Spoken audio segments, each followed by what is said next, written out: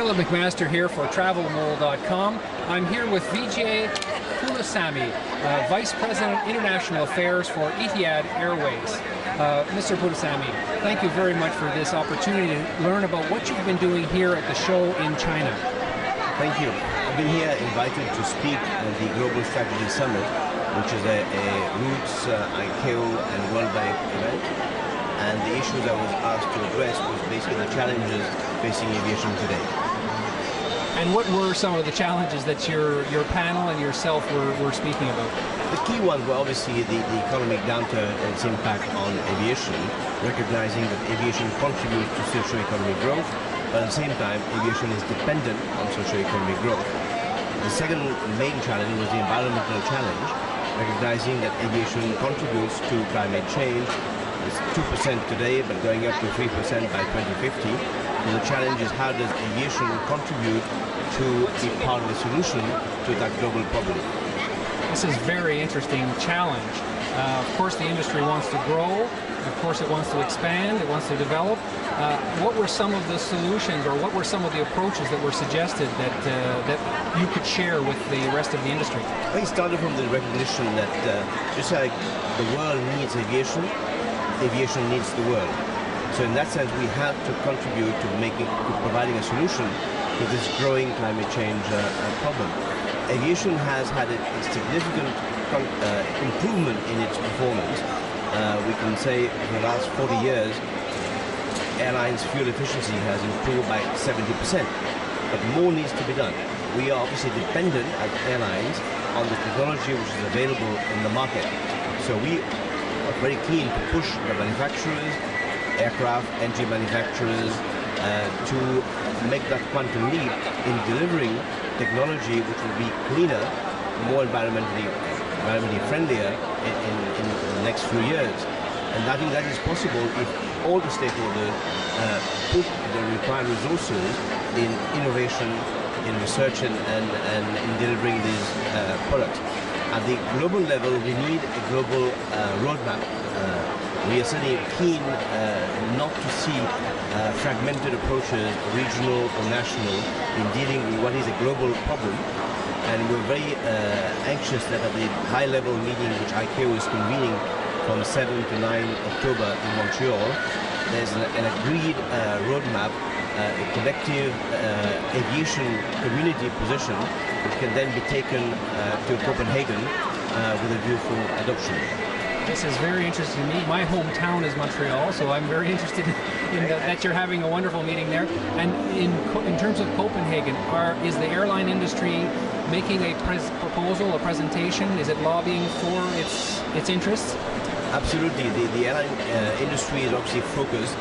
At the recent IATA AGM in Kuala Lumpur in June, the industry has committed to 4 targets, which essentially is using 10% of biofuel by 2017, a 1.5 fuel efficiency improvement per year between now and 2020, cutting by half the CO2 emissions by 2050, and basically zero emission growth rate by 2020. These are tangible targets, and I'm very pleased that IATA has been able to, working together with the other industry partners, ACI, CANSO, and the US community, putting together a joint proposal to the ICAO high-level meeting in Montreal. Which will be brought then to Copenhagen? Hopefully, if adopted by the meeting in Montreal in October, be taken to Copenhagen. Because it's clear that unless the aviation community were to come up with a comprehensive, robust and single position to Copenhagen, we will not be able to drive the agenda anymore, even on aviation. This is very interesting to us because, you know, the big S word is sustainability. How do we maintain and achieve sustainability on the one planet we have? The challenge, I imagine, amongst those 4 points is the 5th point, and that is the growth of the industry.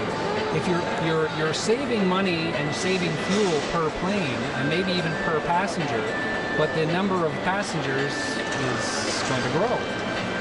how do we deal with that? You're right. We're obviously going through a very, hopefully, short-term regression. But if you're looking medium to long-term, growth hopefully will come back. So that's why we're looking at the 2% going up to 3% by 2050.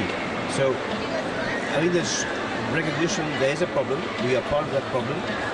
However small our part is, but we are probably the most visible part of that problem. So we need to be sitting down and contribute to finding a global solution to that problem. And I think by agreeing on targets which are realistic and which would not also undermine the ability of the industry to do more.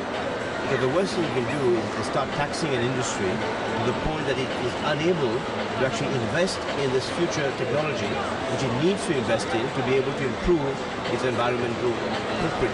Everyone needs it to be invested in. Not only the people who fly and not only the people who operate the airline companies, but the people who benefit from how goods and people are transported around the world. Absolutely. I think you put your finger on this. I think at the end of the day, if you recognize that aviation contributes to socio-economic growth, nationally, regionally, globally, we contribute to public good. So I think it's important that the public and representatives of the public, government, private sector, put their hands together and contribute to enable aviation to continue its contribution to socio-economic growth. Okay, and on that note, you're going to Copenhagen with this proposal, hopefully, that is arrived at in Montreal. But what is the industry doing to point out that maybe the industry itself is only 2 to 3% of the negative contributing factors? What are you doing on the public scale, on the public's information on what is the airline industry contributing to global warming and climate change, and balancing it with the advantages of the fact that we fly? Yeah, I think certainly more communication is critical, because now the discussion has gone beyond aviation. It's the whole community is involved. Because at the end of the day, it's our world. We need to save it. So I think where we can emphasize on the small, if you will, contribution of aviation to climate change and all the efforts we will be making, I'm the first one to admit that that's not enough. We need to be showing what more we can do in months and years to come, so that we don't contribute more to the problem. So I think communication is very important, but we need also some tangible results. We need some tangible technological leap. We need all the stakeholders, from the air navigation service providers. If a single European airspace and next-gen were to be implemented, we're talking about millions of savings on CO2 emissions. If a new technology aircraft were to be introduced to allow less fossil-based fuel, we're talking about these significant improvements. Beyond that, we can talk about enhancing, but we need some fundamental shifts. Biofuel is probably the way to go, but we need to be able to meet the IATA target of 10% biofuel by 2017. We need to have a certified biofuel by next year or the year after, at latest. So the challenge, the time is running out. I think all of us must realize it's not just, if you want, slowing down the growth of aviation, but we need aviation. If we were to slow down aviation and start parking aircraft, then the world would actually not benefit from aviation as much as it is today. So we don't want a vicious circle, we want a virtuous one. What about the low-cost carriers and the challenge? My understanding is there's a challenge with the meeting of emission standards and so on with aircraft that are often used by the LCCs. How does the industry help all of the industry come up to standard? But it just goes to show that if you undermine the ability of an industry to finance its regeneration, you're not meeting the targets you're setting for the community. So I think just as we encourage the airline industry, we encourage the manufacturers to step up, we need to make sure that they're not running the risk of actually losing so much money that they can't invest in the new technology. So at the same time, there must be some responsible reaction to all this. Yes, we encourage them to do, but we don't tax them right left and center and charge them in a way where they can't make any money to be able to invest in the new technology, which everybody knows is the way forward. We have to end this interview very quickly, but I want to interview you again on another subject in a short moment. We've been with Mr. Vijay Poonoosamy, Vice President International Affairs for Etihad Airways, here at the Roots Online show in Beijing, China. Thank you very much for your interview. Thank you very much.